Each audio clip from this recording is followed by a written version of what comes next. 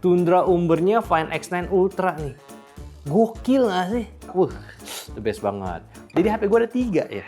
iPhone, Oppo, dan Vivo. Atau satu lagi Samsung. Oh tidak. Tidak, Samsung tidak. Akhirnya udah nggak ada alasan lagi untuk lu beli HP Ultra yang itu ya. Nggak juga ya. Tapi kita kedatangan kembali ya Find X9 Ultranya Oppo yang udah pernah gue coba. Dan akhirnya versi Indonesia, versi lokal hadir untuk kalian beli nanti ya. Ya, sambil kita buka aja, kita lihat isinya apa. Karena gue belum sempet ya unboxing si barang yang satu ini. Karena ya pas di sana kita coba barang demo unitnya aja guys ya. Dan apakah ini bisa ya menggantikan HP? Nggak gantiin juga sih. Ya ini karena udah lama gitu kan, nggak lagi megang Oppo ya. Akhirnya ini malah gue megang Vivo ya. Apakah dia bisa menggantikan tahta tangan saya ini dari Vivo ke Find X Ultra? Kita nggak tahu ya.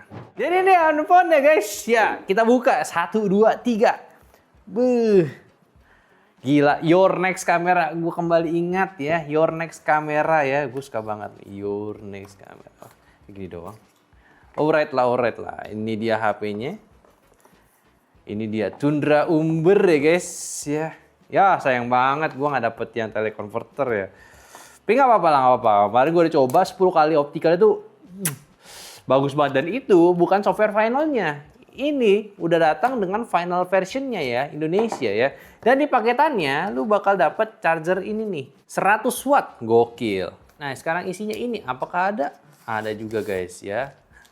Casing doang ya, casing tambahan. Sayang sekali nggak ada teleconverternya. Oppo, pinjamkan saya Oppo ya. Aku pengen coba teleconverter biar aku bisa jadi foto-foto. Ya kita lihat juga. Nah, kenapa ada ganggu di sini nih? Kurs. Masa robek sih? Nggak mau robek gue nih. Gini ya guys, tuh kalau udah beli HP Ultra, jangan pernah robek plastik ataupun kertas yang ada di paketannya. Itu namanya ini ya, mengecewakan pendesainnya yang udah ngedesain capek-capek, nyiapin kertas yang bagus, lu robek, lu bisa lihat nih HP. Keren banget Kak. Tundra Umbernya Find X9 Ultra nih. Gokil nggak sih? Gila. Ini bodinya, gripnya tuh, Oppo gitu ya, bukan Oppo lagi, Oppo gitu. Ini belakangnya kayak vegan leather. Di sini metal, ini juga kayak samping-sampingnya pun juga agak-agak metal gitu ya. Dan lu bisa lihat samping-sampingnya, bahwa ada aksen oranye-oranye juga, pertama di kamera button, terus di bagian bawah sini, ya mungkin agak susah kelihatan ya, tapi di sini nih bawah kamera bumpnya ada ring oranye ya sebagai aksen. Ini bener keren banget ya. Kemarin sih gue di Cina nyobainnya yang oranye ya, gue lupa dessert apa gitu gue lupa. Nah sekarang nih yang Tundra Umbernya nih lebih gagah gitu ya. Yang sebenarnya sayang kalau lu pakai casing bawaannya, kecuali lu pakai casing yang buat gripnya itu. Itu keren banget di sininya nonjol buat gripnya tapi di desain mirip gitu. Jadi memang udah senada gitu sama HP-nya. Nah ini dia tampilan awalnya. Pilih bahasa Inggris. Region Indonesia. Oke. Nah, ini dia tampilan awal ColorOS ya guys. Ya, kita buka. Nah, ini dia ColorOS yang terbaru. Nah, ini ya sekarang Oppo yang resmi di Indonesia. Kita lihat speknya. Kalian udah tahu juga dia itu pakai Snapdragon 8 Elite ya.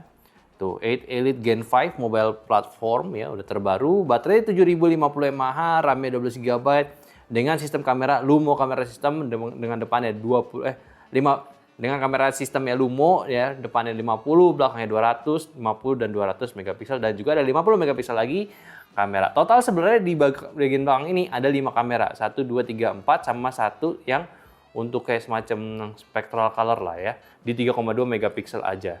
Ya lu nggak perlu pusingin, tinggal pakai aja nanti karena gue juga udah coba, the best banget. Ukuran HP-nya 6,82 inci. Size storage-nya di 512 GB ya, pakai 32 GB dan sambil gue install juga device info Huawei.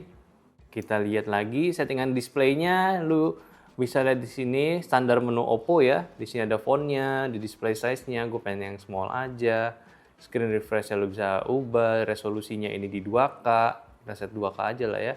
Karena ini HP yang bagus, yang udah optimize juga OS-nya, kayak nggak mungkin tiba-tiba Oppo boros gara-gara pakai resolusi doang, nggak mungkin ya.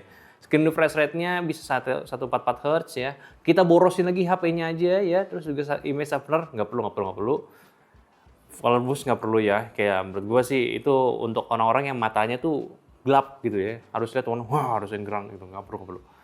Ini udah nih, screen retention udah nggak perlu lah, ini udah setting bawaannya aja. Oke, kita buka device info HW. Nah, ini tampilan utamanya yang gue belum sempat share ke kalian karena nggak ada waktunya. Resolusinya tinggi, ada UFS juga 12 GB, punya LPDDR5X ya. Pakai 8 Elite Gen 5 dan udah pasti terbaru juga dengan Adreno 840 ya. Terus untuk screen-nya ya 2K, dia bisa sampai 144 Hz, di 2K-nya juga bisa.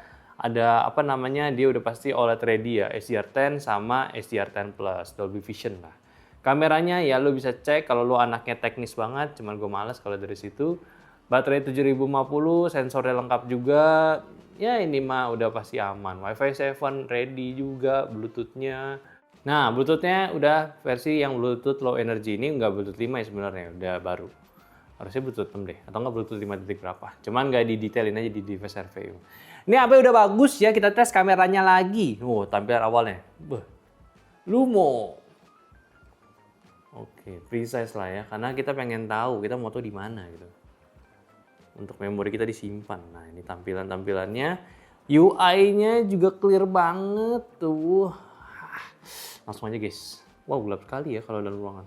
Bagi tempo cahaya. Nggak jelas. Wow, tidak jelas. Ini kamera utamanya, kamera belakang, karena diserang kamera tuh, diserang cahaya jadi jelek. Ini udah bagus banget ya. Yang gue suka dari tampilannya Oppo, dia tuh sebenarnya untuk mode portrait ataupun fotonya itu udah cukup detail. Pertama dari EV setting udah ada, jadi lu bisa foto dengan ya sat-sat ya, mengatur EV settingan sesuka hati lu. Lu suka lebih gelap bisa, lebih terang juga bisa. Tapi kalau lu mau settingan lanjutannya ada. Pertama di bagian bawah sini nih. Lu tap aja, di sini ada beberapa stage, silhouette, fireworks, itu buat lu ya di mode-mode ya sesuai gambarnya. Kayak stage lu kalau lagi nonton konser lu pakai wajib ya, karena itu bisa mengatur cahayanya lebih oke. Tapi kalau lu mau yang lebih pro, ada mode masternya di sini. Di sini ada yang auto, ada yang pro-nya juga, lu bisa setting manual di sini oke. Di sini juga settingan JPEG ataupun RAW-nya ada. Udah komplit. Video juga sama ya, ada stage sama fireworks, tapi lu bisa setting lagi resolusinya ini sampai 8K, 30 dan 4K 120 fps. Kita coba setting video dulu ya. Coba tes videonya, kalau kamera 4K 30, kamera belakang juga bisa ya, kamera depan maksud gua. Ini bisa ya. Ya, kalau misalnya kita cut, kita ganti ke 4K 60, apakah bisa switch? Ini rekam 60 masih juga gokil. Ini masih bisa switch ya, no. Masih bisa nge-switch belakang lagi. Oh, bisa. Dan yang terakhir, kayak nggak mungkin sih 4K 120 fps bisa balik gitu. Kayak ngide gitu. Benar kan, nggak bisa. 4K 120 nggak bisa ya switching kamera. Tapi it's okay lah. Misalnya kamera depan 120 fps itu kamera apa gitu, kamera depan gitu ya. Lebih baik dioptimisin dulu untuk yang lain gitu. Kalau 8K bisa nggak sih? Nggak bisa. Ya tapi setidaknya 4K 30, 4K 60 lu bisa bikin vlog dengan menyenangkan gitu ya. Karena lu bisa bolak-balik kamera. Atau lu pengen dual kamera shoot juga bisa. Di sini di bagian more ada nih dual video. Nah di sini lu bisa atas bawah atau lu ubah ke bubble atau oblong. Kok bentuk oblong sih? Namanya oblong anjir. Nah yang penting juga nih Hasselblad Hi-Res. Ini gue udah coba di Cina ya. Hasselblad Hi-Res itu sebenarnya fitur kamera, mode kamera yang bisa lu pilih untuk lu memaksimalkan resolusinya. Kenapa harus ada mode tambahan? Ya karena dia ini ada bukan enhance sih. Ya memaksimalkan, mengoptimisasi sensor yang udah dibawa sama si Oppo ini. Kan dia main kameranya itu di 200 megapiksel. Sama di tele yang pertamanya itu di 200 megapiksel juga. Ketika lu pakai fitur 200 megapiksel di mode ini, hasilnya untuk gambar-gambar detail itu lu zoom lagi, lu untuk checking detailnya lagi, itu bakalan bagus banget. Nah, lu pertama lu lihat di sini, emang kelihatannya kayak biasa aja, cuman tunggu sebentar, tunggu prosesnya kelar, karena ini di 200 megapiksel, itu kan butuh proses yang gila ya. Setelah selesai, lu bisa lihat nih zoom-zoomnya lagi nanti. Nah, ini udah mulai selesai nih, lu bisa lihat detail-detailnya tuh di tangan gua, kerutan-kerutan tangan gua tuh jelas banget tuh. Dan lu bisa 200 megapiksel ya di lensa-lensa yang 200 megapiksel. Kalau yang di 50 enggak, dia cuma terbatas. Atau sebenarnya lu kalau suka bikin foto motion kayak semacam yang ada di iPhone yang sekarang juga udah rame di HP-HP Android lain juga, lu juga bisa pakai live motion. Tapi di sini live motion itu di 4K coy. Jadi lu kalau foto aja, jebret foto, lalu nyalain live motion itu sebenarnya di galerinya. Lu tap aja gini. Foto aja. Nah, kayak gitu. Yang ini sebenarnya menarik ketika lu punya kreasi ide-ide untuk lu posting di sosmed. Cuman kalau lu pakai sosmed Cina enak tuh, bisa posting langsung gitu. Kalau di Indo belum, di Instagram belum bisa. Oke, ini sih yang menarik. Oppo itu unggul sebenarnya dari kamera telenya 10 kalinya. Cuman ya nggak mungkin kita tes di kamera ruangan internet. Kita nggak bisa tes di indoor karena ya memang ini kan ilmu fisika ya. Dia itu membutuhkan banyak cahaya, sedangkan di ruangan ini tidak banyak cahaya. Kita harus cek di luar, oke?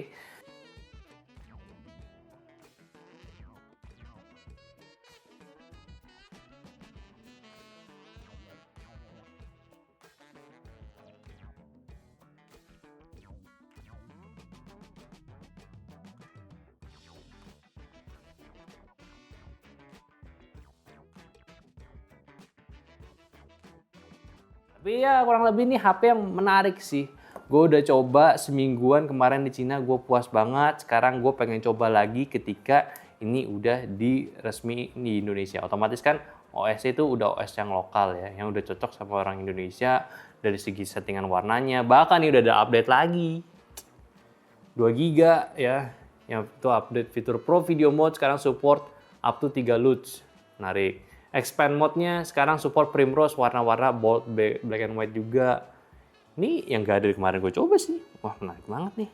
You can now edit save 200 megapixel photos in Photos apps without compromising image quality. Wah, goblok. Bagus ya. Apakah HP ini bisa menggantikan tahta tangan gue ya dari Vivo X300 Ultra menjadi Find X10 Ultra? Atau gue harus menambah tahta baru? Jadi HP gue ada 3 ya. iPhone, Oppo, dan Vivo. Atau satu lagi Samsung. Oh tidak, Samsung tidak. Saya udah pernah ya. Dan saya tidak akan mengganti ke Samsung ketika Samsung udah redesign semuanya ya. Ingat itu ya. 3 HP andalan saya ya. HP utama, HP Android utama, dan HP calon Android saya. Tapi nggak tahu ya, kita harus ini dulu ya. Kita harus mengetes lagi. Tapi seperti inilah untuk unboxingnya, gue suka banget sama HP yang Oppo yang satu ini. Akhirnya benar-benar bisa resmi di Indonesia bersamaan sama jam yang satu ini. Bukan nih. Ini Oppo Watch S ya, ini yang gue pakai sehari-hari. Cuman dia juga ada Watch X3 ya, yang bakal launching di Indonesia. Kita tunggu aja harga rilisnya berapa, gue yakin harganya pun bakalan sama seperti Vivo ya. Bukan HP yang murah juga, tapi yang terpenting, apakah HP ini penting untuk kalian beli dan gimana gunanya untuk di sehari-hari. Ya, ini yang seperti itu. Update sih. Yaudah guys, sampai jumpa. Bye-bye.